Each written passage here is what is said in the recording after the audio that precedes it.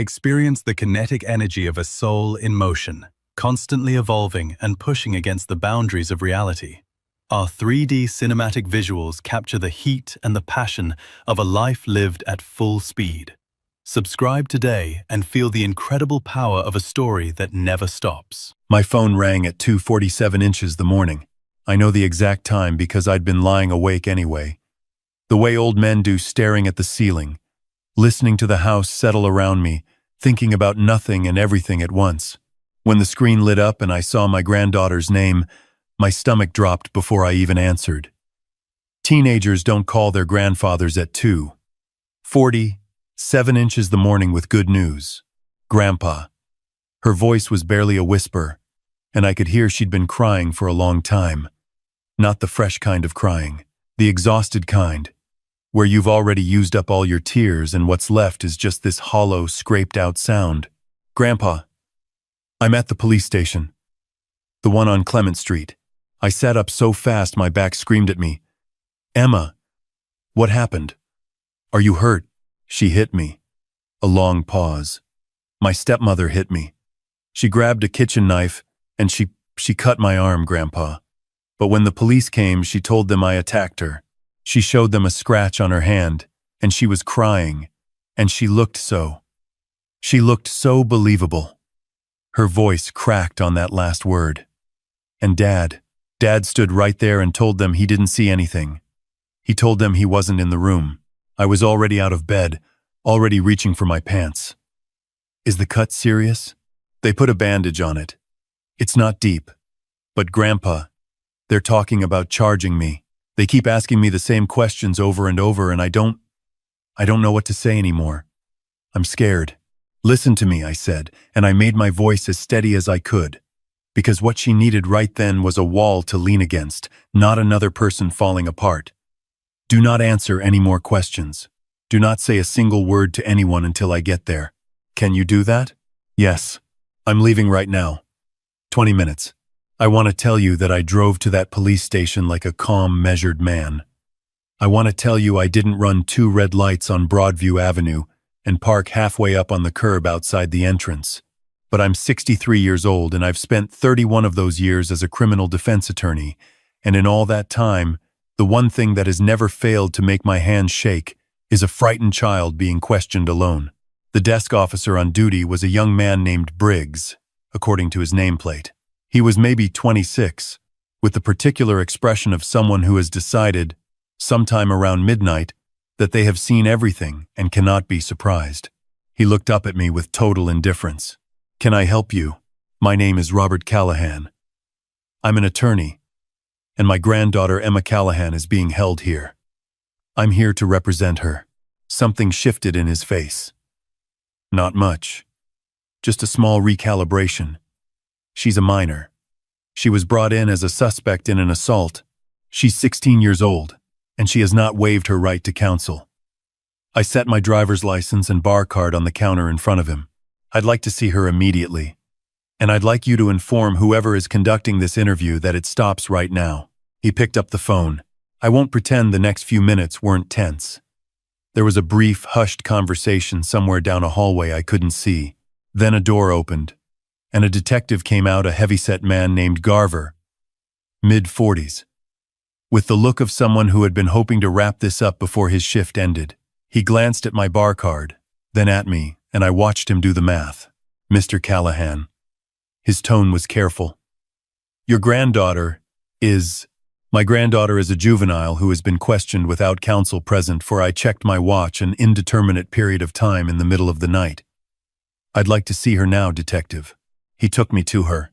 Emma was sitting at a table in a small room with flickering fluorescent light and a paper cup of cold coffee she hadn't touched. When she saw me come through the door, she stood up so fast the chair scraped back and she crossed the room and put her arms around me, and I held on and let her cry for a minute. The real kind this time, the kind that meant she'd finally let herself feel safe enough to fall apart. Her left forearm was bandaged from wrist to mid-forearm.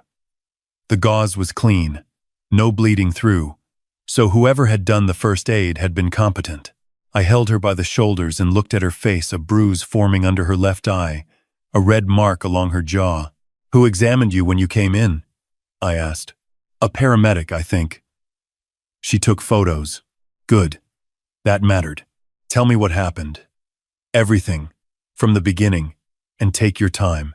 She sat back down and wrapped both hands around the cold coffee cup like it was something to hold on to, and she told me Emma had been living with her father, my son Daniel, and his wife, Sandra, for the past 2 years, since her mother, my daughter-in-law, Carol, who I loved like a second daughter, passed away from an aggressive cancer that took her in 11 months.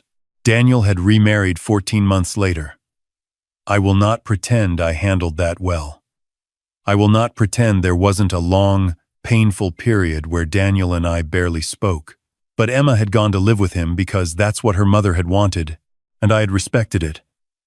And I had told myself that Sandra was at least civil, at least adequate, at least not overtly cruel. I had been wrong about that. According to Emma, it had been building for months. Small things first, cutting remarks at dinner, forgetting to mention school events to Daniel, going through Emma's room while she was at school. Then it escalated. Privileges taken away for invented reasons. Being locked out of the house for an hour in January because she'd been rude, though Emma couldn't figure out what she'd said. Food withheld.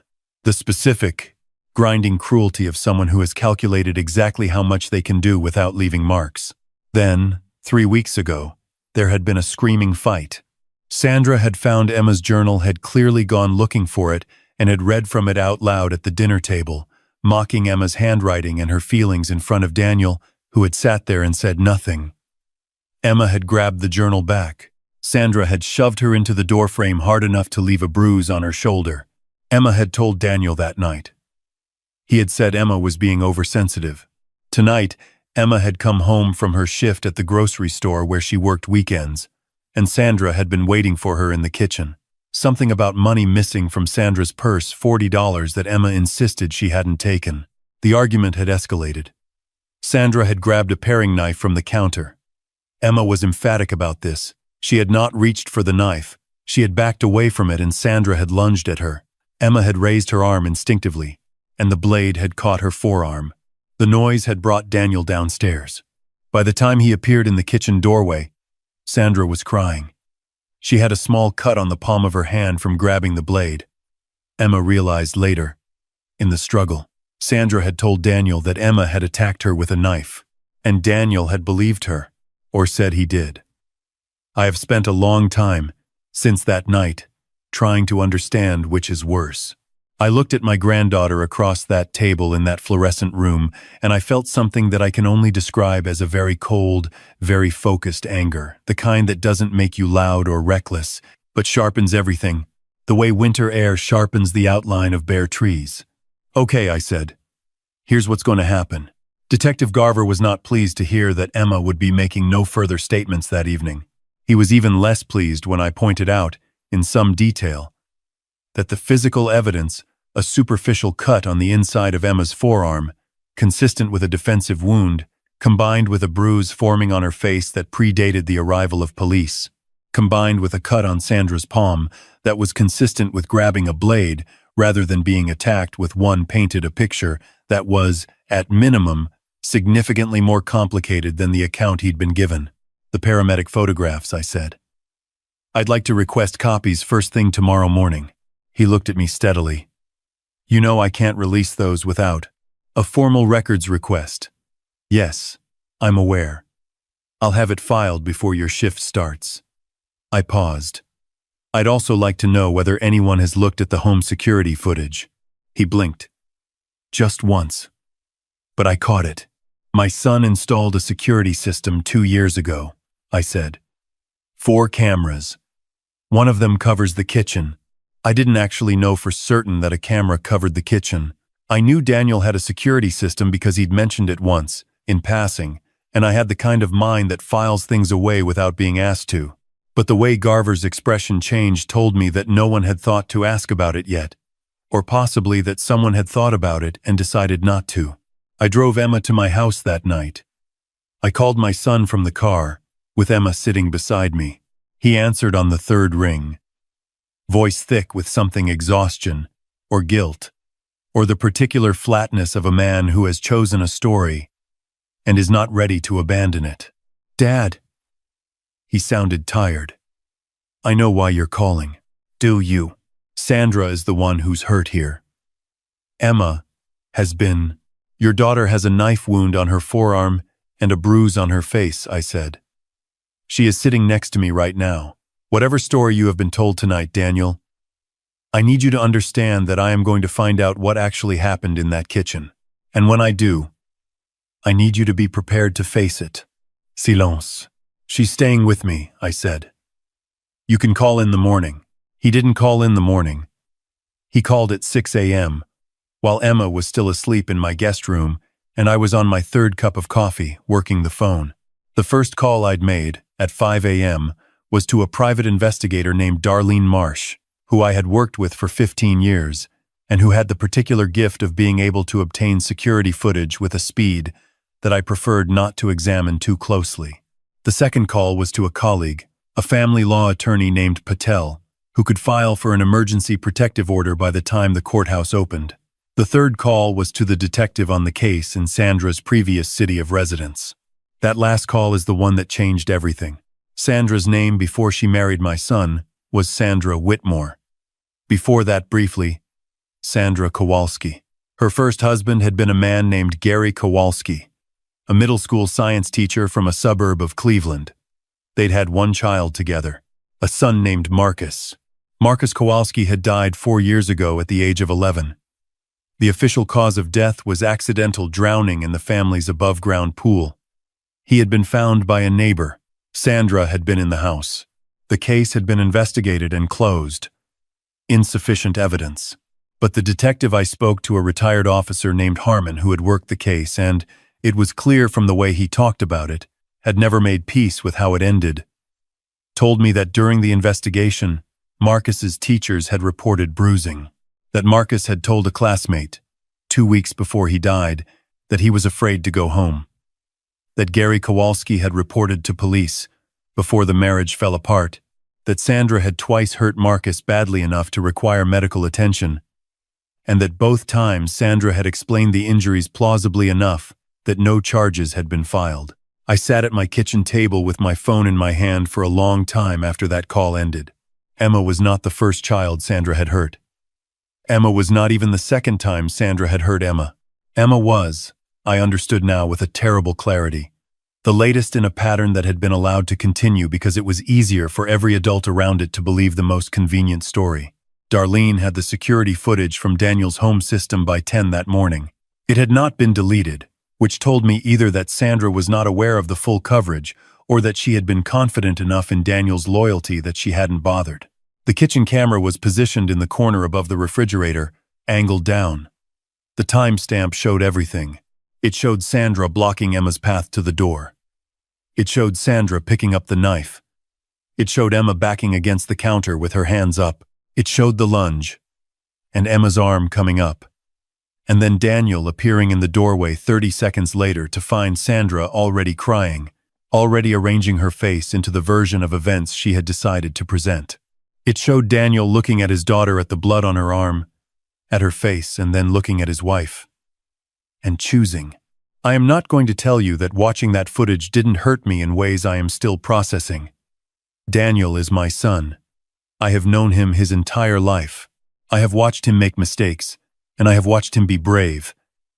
And I have watched grief hollow him out after Carol died in ways I didn't know how to reach. But there are mistakes you make because you are broken. And there are choices you make because you are afraid. And what Daniel did in that kitchen, looking at his bleeding daughter and deciding his wife's story was the one he was going to carry out of that room, was a choice. I sent the footage to Detective Garver's email at 11 a.m. with a brief note. I sent a copy simultaneously to the district attorney's office and to Patel for the protective order filing. I included the documentation from the Cleveland case, the summary of my conversation with Detective Harmon, the paramedic photos from the night before, and a timeline I had put together over the previous 6 hours. Sandra was arrested that afternoon. The charge was aggravated assault with a deadly weapon. The DA's office, once they saw the Cleveland documentation, began the process of opening a parallel investigation into Marcus's death. The charge related to Marcus would take longer. It would take, in the end, almost 8 months, and it would be the hardest 8 months I have spent since Carol's diagnosis, for reasons that have nothing to do with legal complexity. But it would come. On the afternoon of Sandra's arrest, my son came to my house for the first time in almost a year. He sat at my kitchen table, the same table where I had made those early morning calls, where I had watched that footage with a cup of coffee growing cold beside me, and he looked like a man who had been walking on a surface he thought was solid, and had just felt it give way beneath him. Emma was in the living room. She had asked not to be in the same room as her father yet, which was her right, and I had told Daniel that. I kept telling myself she was adjusting, he said, that teenagers are difficult, that Sandra was trying and Emma was making it hard. He looked at his hands. Sandra would tell me these things Emma had supposedly done or said, and I'd confront Emma, and Emma would deny them. And I kept believing Sandra. I don't know why I kept believing Sandra. I think you do know why, I said. He was quiet for a while. I missed her mother, he said finally. I missed Carol so much, and Sandra was there, and she needed me to be on her side, and it was easier to need that than to. He stopped. It's not an explanation. No, I said, it's not. We sat with that for a few minutes. Can I see Emma? That's Emma's decision, I said. Not mine. She did see him. That evening, I stayed in the kitchen. I don't know exactly what was said between them. I know it lasted almost 2 hours. I know Emma cried. And I know Daniel did too, because I could hear them through the wall, and I didn't move from my chair the whole time. I was there if she needed me, but that conversation was hers to have. What I can tell you is what happened in the months after. Daniel moved out of the house he had shared with Sandra. He sold it, and the proceeds were, in an irony that I won't editorialize about, enough for Emma's first 2 years of college. Emma moved back in with him the following spring, slowly, with a counselor involved, with conditions that Emma set and Daniel agreed to. They are not where they were before Carol died. I don't know if they ever will be, but they are somewhere. That is more than I had hoped for in the hours between 3 a.m. and dawn on that first terrible night. Emma is 17 now. She has a part-time job and a group of friends and a particular quiet resilience that I sometimes think was always inside her and has only been, by this awful experience, made visible. She wants to study psychology. She told me, a few months ago, that she wants to work with children who are in situations like the one she was in, children whose accounts are being dismissed by the adults who should be protecting them. I told her there was no better reason I could think of to go into that field. I want to be careful about the conclusion I draw from this story, because I am aware of its limitations. I am an attorney with 31 years of experience, a professional network, access to investigators, and enough procedural knowledge to move very fast in a very specific direction. I know that most grandfathers who get that phone call at 2:47 inches the morning do not have those resources. I know that most children in Emma's situation do not have someone like me to call. The system that was supposed to protect Emma very nearly failed her, and what rescued her was not the system working the way it should. It was an accident of what I happen to know and who I happen to know, and how many years I have been paying attention. That keeps me up at night, more than the case itself does now. I think about Marcus.